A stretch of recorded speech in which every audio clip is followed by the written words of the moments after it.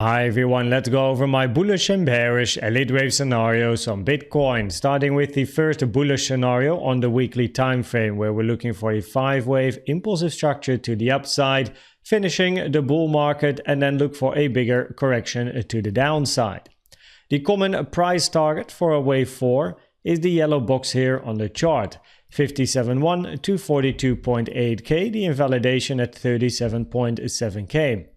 Common price target for your wave 5 is between 81.3k and 129k. Now, besides price targets, we also have to keep in mind time. And the vertical lines that you see on my chart are fib times.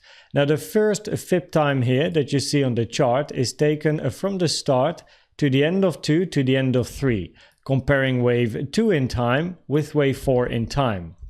Now, based on data, most commonly wave 4 is longer in time than wave 2, meaning most commonly wave 4 finishes after this vertical line on the chart, not before the vertical line on the chart. If we then zoom in, then we can see that the low made at 49k is made 1 week before the vertical line on the chart, the 1-to-1. Now, it has to be said that, of course, this is almost equal to wave 2, which is still perfectly fine for a wave 4. It's like 1 week shorter, right? Like, the difference is so incredibly small. But hey, at least it is good to know that based on data, based on statistics, it is more common for a wave 4 to be longer than a wave 2. Doesn't necessarily mean it has to be longer, but probabilities would suggest it to be. So therefore, we have to at least keep in mind that locally we might not yet be finished with the range of a wave 4. Now, if we then look at wave 5, then if wave 3 extends to the 1.618, you can see we just missed out on the logarithmic chart, but on a linear chart we blasted past the 1.618. But if your wave 3 here is the longest wave, then wave 1 and wave 5 tend to be equal in price and time. Now, when we then look at time, we can take a fib time from the start to the end of 1 to the current low. That's what I used at the moment, the current low here on the chart at 49k. That would give you a 1-to-1 time target, being the week of the 23rd of December, at the end of this year. Now, based on the monthly analysis, which I have done in the past, you can check the playlist on my YouTube homepage if you scroll down a bit for the most recent monthly analysis. But based on monthly analysis, that would be a bit quick. The preferred target for the end of your bull market would be between March and October 2025. Now, keeping this in mind and knowing the theory, the next most likely relationship between a wave 1 and a wave 5, if wave 3 is the longest structure, is the 618. So the 0.618, 1.618, 2.618, etc. Now, the 1.618, which is not on my chart due to keeping things clean, is March 2025, and the 2.618 here is August 2025. And that, of course, is a very interesting area for your wave 5 based on time, and then also here, of course, based on price, 81k to 129k. Now, that, however, does mean, right, that this would be the end of your wave 4. The moment we continue here on the lower time frames or make a new low, of course, the time for your 5 is going to move to the right side as well, as then the fib times are going to be taken from the start to the end of 1 to wherever your wave 4 is ending, right? So the lower time frames do have an impact on the weekly time targets in this case. Now, if you then look at the base channel, the base channel taken from the start of 1, end of 2, end of 1. What you like to see is wave 3 to move out of the base channel and wave 4 to move back towards the base channel. But what you don't want to see is a wave 4 to hit the lower trend line of the base channel. So that would almost like function as also an invalidation for your wave 4, basically for this to be an impulse. If you hit the lower trend line here, right, the probabilities go down for this to be a 1, 2, 3, 4, 5. Probabilities go up in a bullish scenario for then a 1, 2, 1, 2, and you look for a very big 3, or bear market scenarios, which I have coming up in a little bit. So therefore, we have to pay attention to price levels ranging between 54 0.9k here, and then as we get more weeks, of course trend line moves towards the upside, even all the way to 50k on the 18th of November. So if we do move down and make another low, better be quick, better be quick.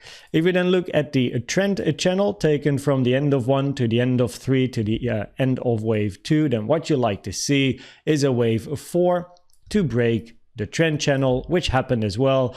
It increases the probabilities that this is a wave 4 matching with your wave 2. Now you can see that the low here has been made also below the trend line of the trend channel, which is also something that you like to see, right? So we do have kind of like confluence in time, wave 2 and 4 almost similar in time, but at least we have the low made outside of the trend channel. That's important, but it increases probabilities. This is a 4 versus your 2 over here. Finally, we can have a look at the end channel.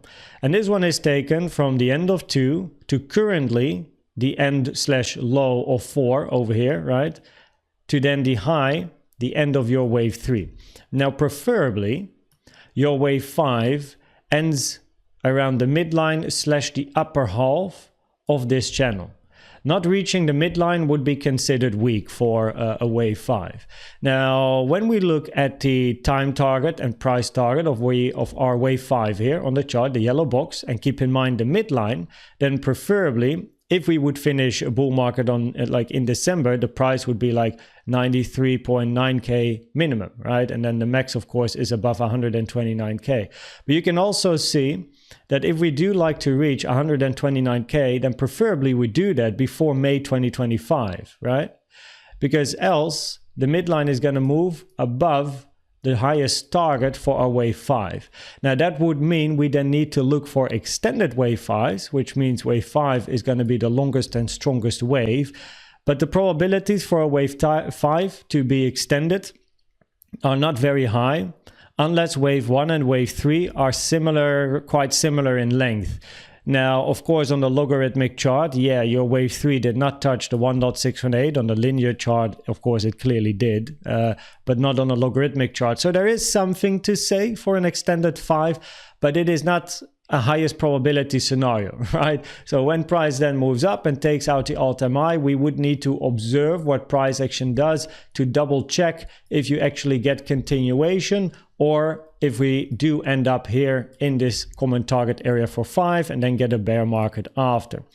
Now, I shortly mentioned what happens if you would hit the lower trend line here, of course, 112 or bear market. 112 is the most bullish scenario on the chart, not the highest probabilities. It is much better to be conservative instead of being way too bullish, right? Sometimes in live streams, I talk about it, that people here were extremely bullish, talking about 500k and 400 and 300k and whatnot, and then there you go, right? Your ass got kicked, 65k back to 30, 69 back to 15, right? All wrecked, and then poof, price moves back up again. It makes absolutely zero sense to look at targets that are that high. From a risk management perspective, it just doesn't make sense. If you have your TP over here at 300k, then you have to survive these drawdowns. Now, some people can, some people can't, right? But it makes a lot more sense to be conservative and observe price action when it hits wave 5. And if it is indeed more bullish based on volume, based on structure, right? Because we will be observing that price action, of course, we can look for higher targets. But initially, it doesn't make any sense to think about targets that are 300k, 400k, 500k, and have like one TP set at those levels. It just doesn't make sense. So anyway, this is your 112, 1212. You look for a big wave 3, of course. In this case, if your wave 2 would be finished at the low here, we're looking for impulsive structures on the lower time frames. Is a bit challenging, right, because of the three-wavy nature of the moves that we have going on here very, very locally. But by all means, you can see this scenario on the chart, and in this case, we would be looking for a breakout in a wave 3. Now, the difference is that in this scenario, you then break out and get very short ranges and continue to the upside, right? Short ranges up, short range up. To end a bull market, we preferably here get a bigger range, right? Bigger range, rejection again, and then eventually move to the downside. So that is something we pay attention to. Also, if we look for a wave 5, then preferably you are making a wave 5 on lower volume, right? The moment you start to see weekly candles here on higher volume, the probabilities increase for either an extended 5 or the double 1-2. And in that case, a double 1-2 would have higher probability than an extended wave 5, because a double 1-2 is a more common structure than an extended wave 5. You also see that both of the wave 2s retrace to the 382. Now, mind you, the fibs are on a linear setting. We are on a logarithmic chart, but that is the only way to actually make wave 2s hit the 382. It's actually an uncommon target for 2, but a target nonetheless. And yeah, you look for continuation to the upside. No? Now, if you then look at the bearish scenario, then in the bearish scenario, we are looking for a bigger three-wave corrective structure and only then continuation towards the upside. Now, there's two scenarios on my chart, but the short-term result is pretty much the same, right? We're looking for price to move down. And ABC is a flat, so you have a three-wave A, three-wave B, and then you look for a five-wave C to the downside, most common target below 15K, and then the WXY. And a WXY is a sideways double combo, right? We are on the logarithmic chart. Minimum log target would be a 30K. If you go to the linear chart, then it's 43.2K. But on these time frames, weekly or higher, preferably we use the logarithmic chart to analyze the chart with Elliott waves, and therefore the preferred target for Y would be 30K minimum, right? But in this case, we're looking for a bigger three-wave structure. Now, preferably actually, this bear market structure ends after the 382. Now, this 382 is taken from the very beginning of Bitcoin, right, to the end of your wave 5 of Bitcoin, right? If you go on the index chart and you count the structures 1, 2, 3, 4, 5, then it ends over here, and then you're going to be looking to correct that whole period of price moving to the upside. So preferably you end after the 382, which would be the 27th of April 2026. So that's still a while, but by all means, we're at least looking for price to move towards the downside, and 30K would be an attractive target to at least begin with, right? Doesn't have the highest probabilities, but it's good to know. It's good to know. Now, if we then look at the news, we have some news today. I will be live. We will be covering the lower time frames, right? So I will focus on the lower time frames during the live stream. Hence the reason I liked to cover the weekly. Tuesday here, September 17th, 2:30 p.m. Central European time, can increase the volatility. So please make sure that you trade safe. And if we then look at the probabilities, currently the highest probability scenario is a simple regular impulse to the upside here. And then the alternative scenarios on the number 2 spot is the double 1-2 or the bear market, which both don't have the highest probability. I hope that this video was helpful or valuable to you. Please check out the brand new complete Elliott Waves Guide playlist I've made that shows you all you need to know about Elliott Waves. Thanks for watching and subscribing, and I'd like to see you at the next one. Bye bye.